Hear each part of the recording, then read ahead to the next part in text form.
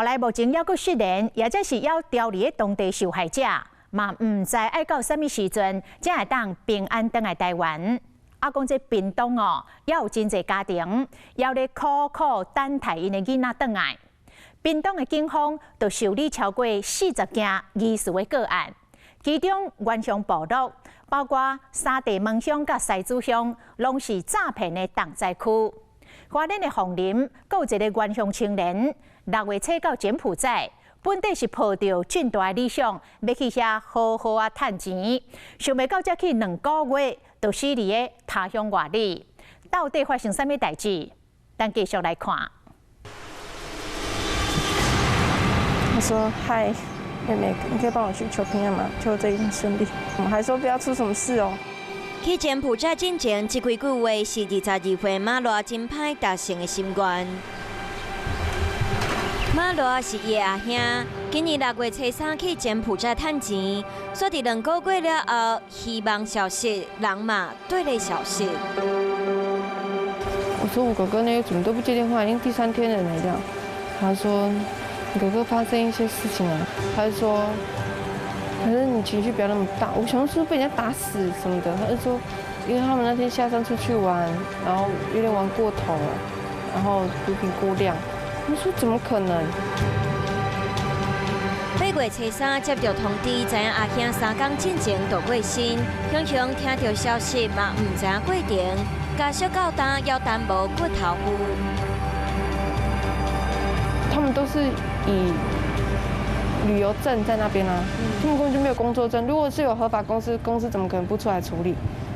想要活咧，就要骗寡济人。不过马罗捌对朋友讲一句：“你莫来。”是毋是因为安尼，互人抓集团报复处罚？22岁性命死伫柬埔寨，对查背后的原因，可能是因为买车欠真济债务。所以他是因为是想还债务，所以才出国的。这台车是谁的？就是他的啊。他自己开的？没有，放在家里给我们看。但是他本来就不会开车。我们本来在花莲市做早午餐，2万5、2万4。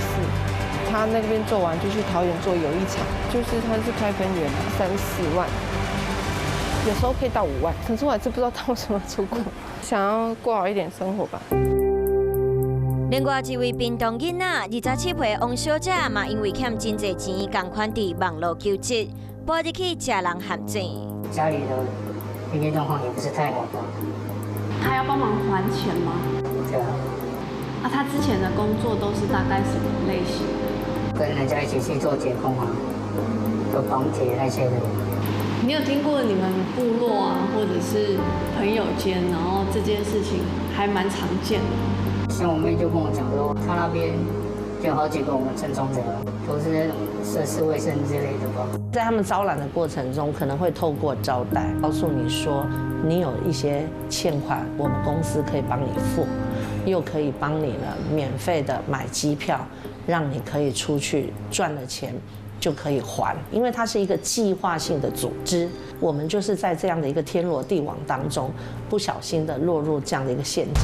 接到至少20件原乡家庭受害真情，立委吴丽华协助受害家属成立自救会，用各种管道无放弃救人的机会。大家应该都有收到款项，那最后有一道程序，因为柬埔寨那边他们要收的货币一定要透过虚拟货币呢，所以也特别请专门熟悉的人来协助大家。我们把钱汇过去，到孩子真的到飞机上以前，我们没有人可以保证，这是没有办法保证孩子一定回来的。大家要先了解这一点，因为这不是在我们的掌控之中。伊伫联络确定借着有价赎金，该赶紧换做虚拟货币、泰达币，每一个动作拢来甲时间比赛。你说打鱼的吗？对。就伫这个时阵，人调伫柬埔寨的亲人敲电话来，采访团队嘛伫台湾这边和家属做伙谈台。你们是在同一个地方吗？是不是？对不对？对嘛？好，这是。那所以你们跟公司联络了吗？有没有跟他们说你们要回来了？我知道，可是我现在在屏东有事情，我今天会到回去。在做不行，他们在国外做标问，就这个标问说谁跟谁在一起都不要，他们就会马上挂掉。会不太敢讲，对。就是机票钱你要汇给我，然后我要自己订。对。我不是有给你看那个金额吗？对，有。除了这个，我们不这样子做就没有机会。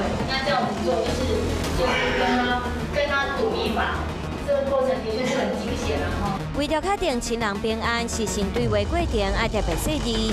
追究受害者的家属嘛，分享经验，协助其他受害家庭。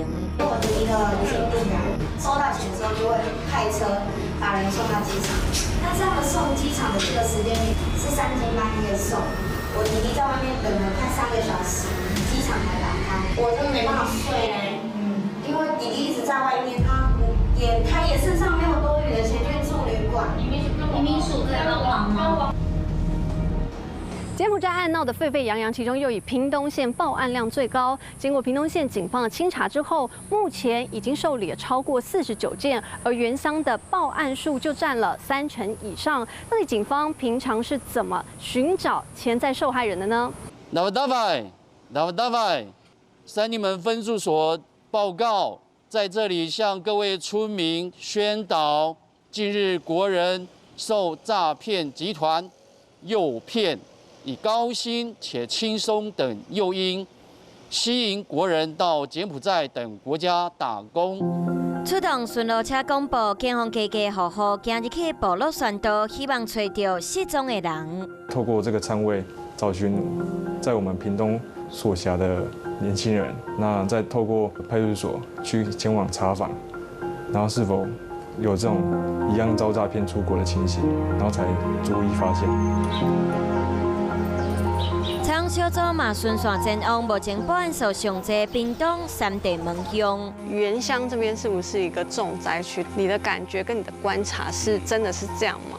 我想应该是不分族群啊哈，但是原乡如果说个案比较多，一定是朋友间啊同财啦哈，总不会说要跑海外然后单独去，不可能，一定是这样串联。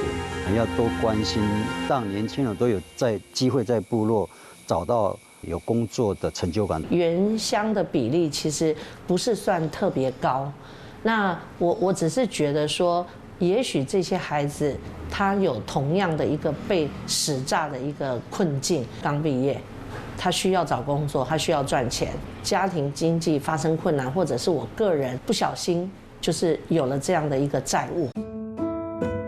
被查获有未成年山地少女坐台陪酒。原住民过去都捌互写伫人口贩运受害记录。1980年代，真侪原乡少女红被变作性工作者。1990年代嘛爆发跨国卖婴仔的事件，受害家庭大部分是原乡部落。台湾社会除了协助救人，嘛需要更较侪人陪伴受害者建立防线，对绝望重新找到希望。